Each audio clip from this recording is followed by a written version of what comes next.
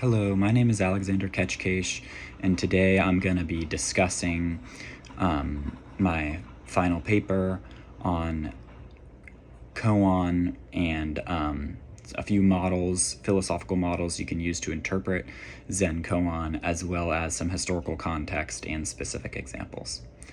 So first, for the historical context, the Zen tradition originated in the Chan tradition, which started in China, and the Chinese word for koan is gongong, which roughly translates to like public document or public case, and it basically references like something that a judge would preside over or some sort of legal or bureaucratic authority.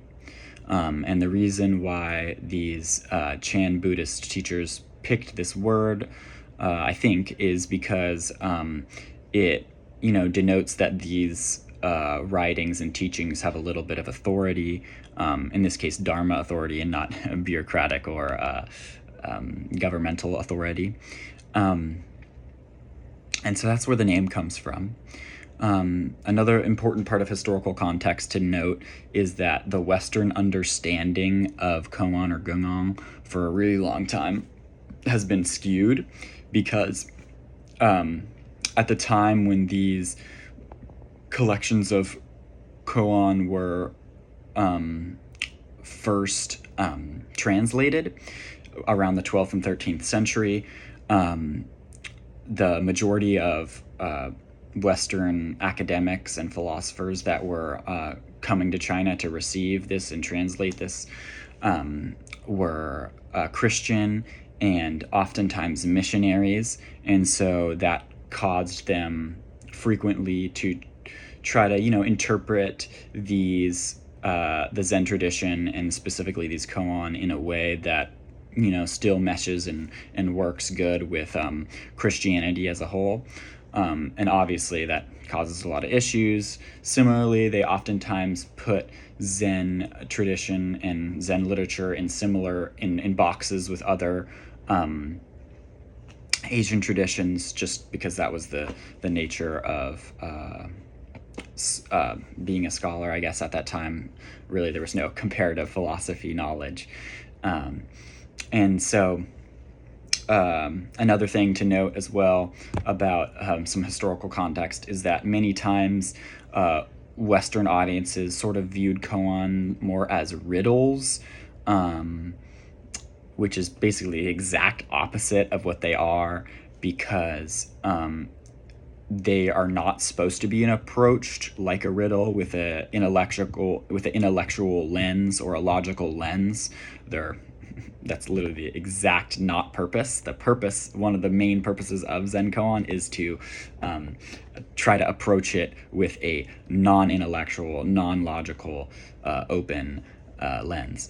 Now that we have that historical context out of the way, I want to talk a little bit about the two different philosophical models I discussed in my paper. The first model is the instrumentalist model, which originally was coined by Hee-Jin Kim, if I'm saying that right. I have to look at it. Hee-Jin Kim. It sort of interprets the function of a koan as, like what I said before, a way to break down cognitive barriers, intellectual barriers that someone has put up in their mind about different ways of thinking, about thinking and interpreting the world through a logical and intellectual lens. So the purpose of these koan are to try to break down those intellectual and logical lenses.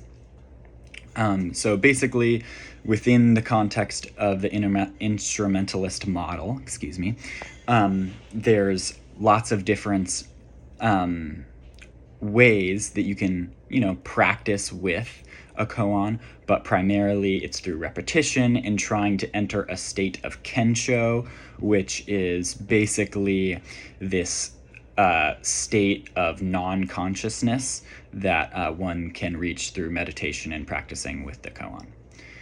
And with the next model is the realizational model. So in the realizational model of understanding Zen koan or understanding koan is more that interacting with koan is like a slow, gradual process towards enlightenment. So basically, you're practicing and interacting with this koan in a way that it'll somehow give you a look into, Buddha nature, I guess, or the true nature of the world. And usually this process is slow, it takes a long time, and another important difference between the instrumentalist view and the realizational view is that the realizational view of Zen practice uses continuous practice. A big part of the realizational view is the performative aspect of interacting with these Zen koan. So even after someone has maybe even entered a state of kensho, which is this state of non-consciousness, they continue to practice with that Zen koan regardless. There's basically a difference is that in the instrumentalist view, there could be maybe considered there is an end goal, which is that state of kensho, but in the realizational view, there's no end goal. You just continue to practice until either your Zen teacher asks you to switch to a different, or you just add on some other koan, or some people just continue practicing with the koan for the rest of their lives. So then after I discuss those two little different models, different ways of viewing, which, by the way, I took a majority of my knowledge, the majority of my research on those two philosophical models comes from the book Koan. It's a book, it's a compilation of different authors, the most famous of which we've discussed in class before, is Victor Horry. He has a chapter in that book about the two different models, but I also used some of the other chapters in that book to talk as references for the historical context of koan. So yeah, just real quickly before I forget, the other thing is that they're coined by two different individuals. The instrumentalist view is, like I said, Hung Ji Kim is the, or I don't know if I said that, but Hung Ji Kim is the person who coined this instrumentalist view, and the person who coined the realizational view of interacting with Zen koan is Dogon. Let me see if I'm saying that right. Yeah, Donggong Zeni, Zenji, who was a Zen Buddhist monk and philosopher. And yeah, so I took two different koans to look at through these lenses, through these models, from the Gateless Gate compilation. The first is a koan that comes from a quote attributed to a Zen Roshi master. He's if I'm saying this right, Zenai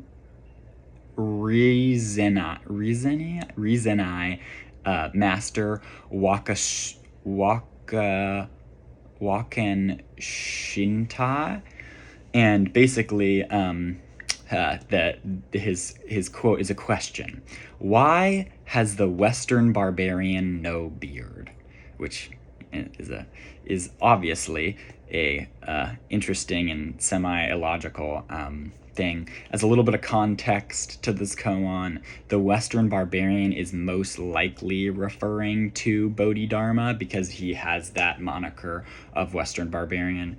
At the time in China, most outsiders were just considered barbarians because of how like Chinese culture viewed themselves.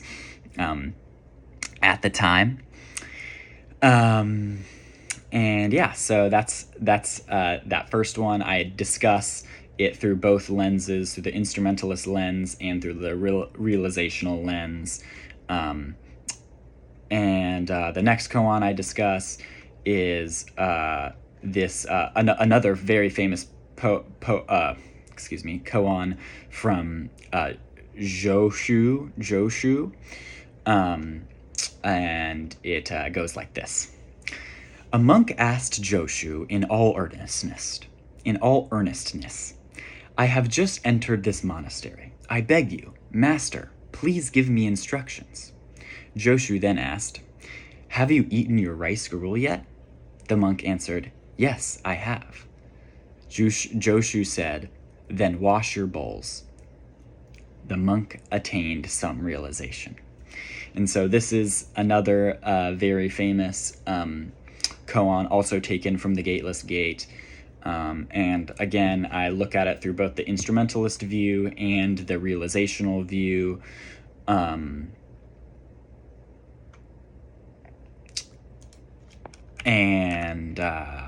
Yeah, so that's basically it. I discuss a little bit about the context of both, like I said before, as well as some commentary within the Gateless Gate by Tensho or Tiensho. And yeah, that's pretty much it. It was very interesting to do some research on this. My primary sources were the first one was the book The Gateless Gate, which talks a little bit about Zen koan in its introduction, and of course contains the actual koan themselves, and then of course the koan texts and context in Zen Buddhism, which is the book that Victor Horry has a chapter in. That's by Helene, Steve, and Dale Stewart Wright. And then I also looked at some other websites that talked about the historical context and translational meanings of koan. And that's the significance of koan in Zen Buddhism explained, and as well as the nature of Rinzani koan practice. Thank you. That's my final. Bye.